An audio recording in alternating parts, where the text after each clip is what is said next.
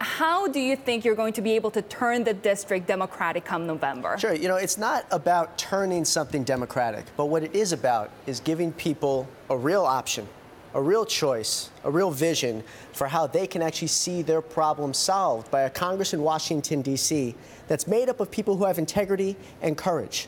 When they see that, then they'll vote Democratic. My district votes for the person, not the party, and their problems have been here for so long. I wish I could put it in more complex terms.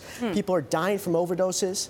They're scared of gun violence. Their commuting times are hellish. Their costs of living are skyrocketing. They want to see solutions to that. They want to see politicians working together to actually fix a problem. And that's how we're going to win, by talking about those things and by actually doing it. You're an Army veteran, as I just mentioned. In fact, you'll be stopping campaigning for the next 2 weeks in order to attend a yearly training with the National Guard. We have, in fact, seen many of you in the primaries this year. Why do you think this group of Army veterans among the Democrats is gaining such traction? Yeah, I think for the vast majority of us, and I can really only speak for myself here, but we're not in this to become politicians. But we are in this to continue public service. I don't want to sit on the sidelines for this fight. I don't want to sit on the sidelines while people have every reason to lose faith in their elected officials. Our elected officials, plain and simple, are getting bought off down in Washington, D.C. They say one thing in their districts, and my opponent, Dan Donovan, is a great example of this. He's taken over $500,000 in special interest money. So he does a nice song and dance in the district, and then they go down to D.C. and they get bought off by corporate PACs and federal lobbyists. My campaign has pledged not to take money from either. It's that type of politics that we need to see practiced in Washington, D.C. Otherwise, what we see down there right now is representative of a national security threat, which is more significant than really just any other that we face today. So I want to serve. I want to continue to serve. I've spent my whole life serving. And this is how I and so many of my other veteran friends who are also running are choosing to do it. Right, and if elected, you are the first post-9/11 combat veteran of the war in Afghanistan to seek office in New York City. I want to ask you, though, about something you just mentioned, which was opioid addiction. We're going to have a segment on that coming up later in the hour. But you served as the former chief of staff for Brightpoint Health. How do we combat this problem? What do the healthcare companies have to do? No, definitely. Look, I think that there's really 4 legs of the stool with this problem. We need to invest in education, prevention, treatment, and yes, law enforcement.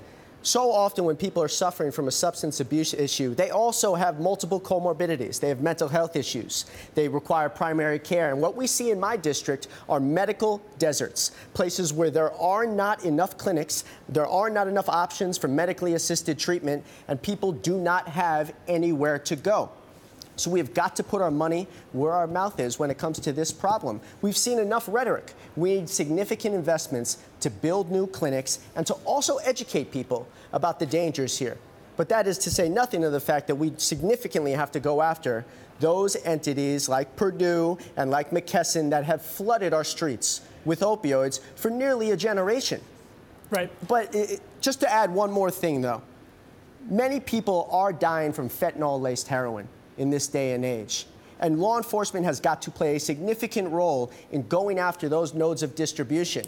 And we have seen that on Staten Island with Staten Island's district attorney, who's built innovative programs to do just that without criminalizing this public health crisis. And I want to see federal funding so every DA throughout the country can have the resources to do something similar. I want to totally change gears now and talk about the intensity gap in the Democratic Party. We're a couple of weeks out from the midterm elections. We just had Congressman Ryan Costello on. He conceded, essentially, that Democrats have that enthusiasm push heading into the midterm elections. But let me ask you point blank, because we all watched as a socialist Democrat just defeated a long-term in a primary, Democratic primary, a couple of weeks ago. What kind of Democrat would you be? Socialist, Bernie Sanders, centrist type of Democrat? Who is Max Rose?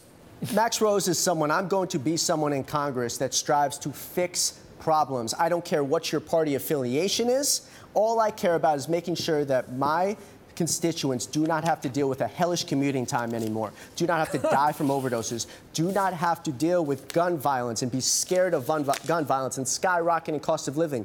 That's the type of Democrat I am going to be, and we have to make investments in order to do that. Shipping $1 trillion away to some of the companies I just named, to say nothing of people who do not need it, is not the answer. So I am a Democrat that believes in big, bold, dynamic solutions to solving problems. Plain and simple. How do you win in a district that voted for Trump and is also with a candidate that's being backed by the president? Sure.